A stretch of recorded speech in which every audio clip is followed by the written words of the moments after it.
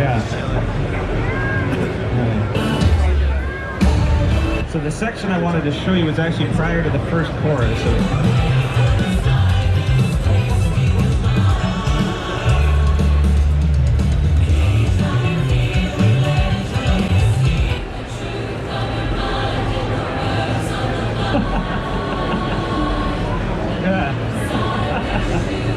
And I'll print the reverb separately, like this tail here. I wanted to control it.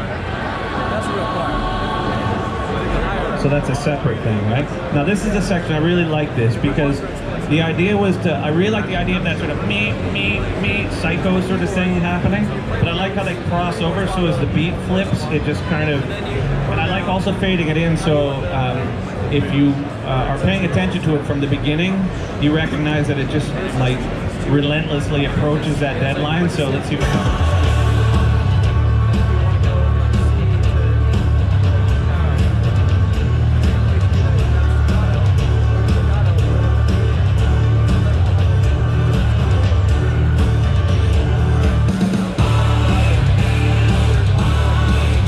So my voice, I typically use either an SM7 or 414 or this new SE electronic microphone. It's like a tube thing, but it's like... I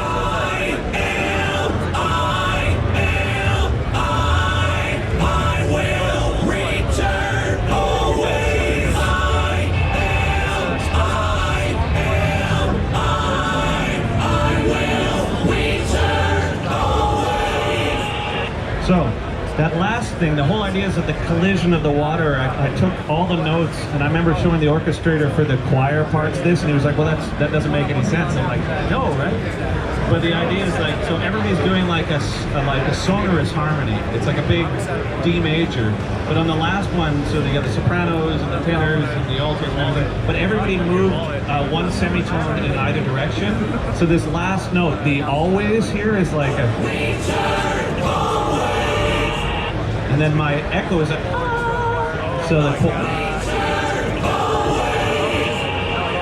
And so it's, the choir did this weird, let's see if... that's not where it is. Maybe it is. Alright, so... Can't seem to look in. So let's go back to the other thing I was talking about. So... This. I love that. That's throughout the song. That's one of my favorite parts of the song is this thing. Like in the beginning. So it's this relentless sort of like encroaching thing, right?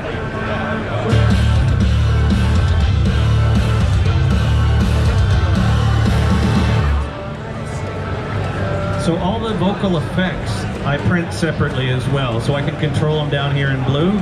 And for the levels of complexity that the music involves, like the amount of microphones on the choir and the orchestra alone is so much that if I can commit to it, by the time I get to the mix stage, I'm not mired in the options. So I spend a lot of time on my submixes, and then as the mix evolves, I'll do a submix and bring it in. Like the choir, now I've got a stereo file of the choir, I've got a stereo file of the orchestra.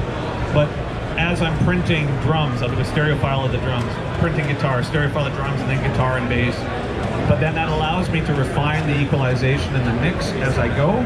And so by the time I get to the end, although this is a big session, it's relatively small compared to the amount of tracks that are actually present in it.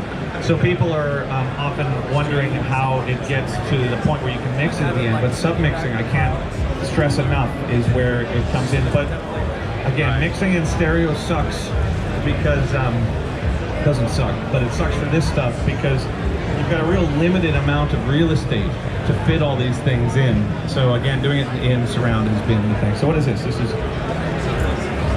yeah, another orchestra track. What's this guy over here?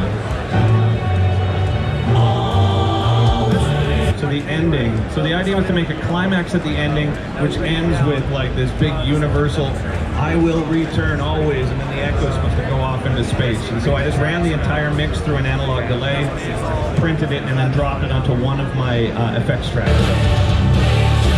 So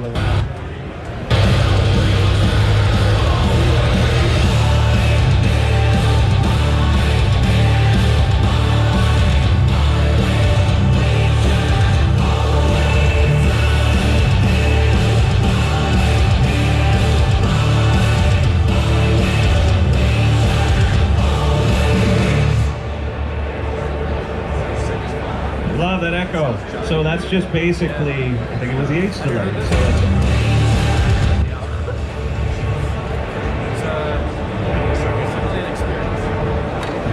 love that. Man, I love music. Music's so badass. All right, so what else can I explain to you about this session here? So I use this Triton. It's this old, like steam-powered synth that I've had for years. And it doesn't do MIDI. It's like, well, it does MIDI, but it's super complicated to like sync up to Ableton or anything. But I've got it in my studio, and it's a piece of shit. But and it's actually not a great sound either. But it takes up a lot of like bulk real estate. That if I get rid of a bunch of the mid range and the low and the high, it actually really brings in like a size, and it's this sound.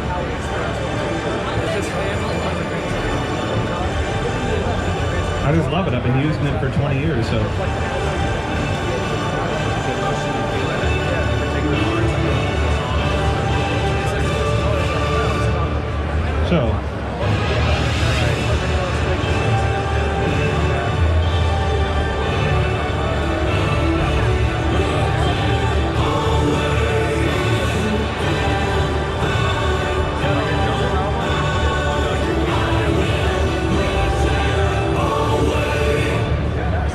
So that little melody there, again, this is the problem I run into, and it has been solved by the 5.1, is I really like that melody, but there's no room for it, so it got lost in the final mix. But in this vocal part here, you'll hear, and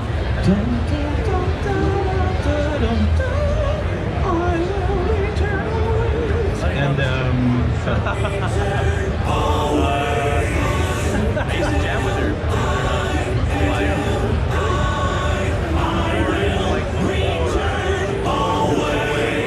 That actually was a mistake that I kept in because I was lazy. So, so I print the effects separate. So like an answer.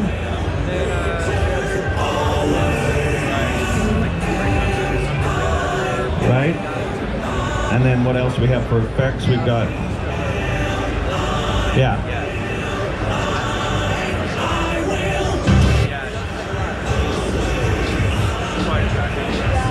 So for my vocal chain effects, I use a 300 millisecond on the left side, I use a 500 millisecond on the right side. I have a significant amount of feedback, like maybe 72% on the left, and 72% on the 500, and maybe 80 on the 300. I do a high and low pass to sort of get rid of a lot of the goo that goes into it. And that's basically my main echo effect. And then this one, what is this one? Yeah. Like a hissing water fountain behind the entire mix. I'm still learning. But I like the effect of it because it like gives me this like ethereal quality.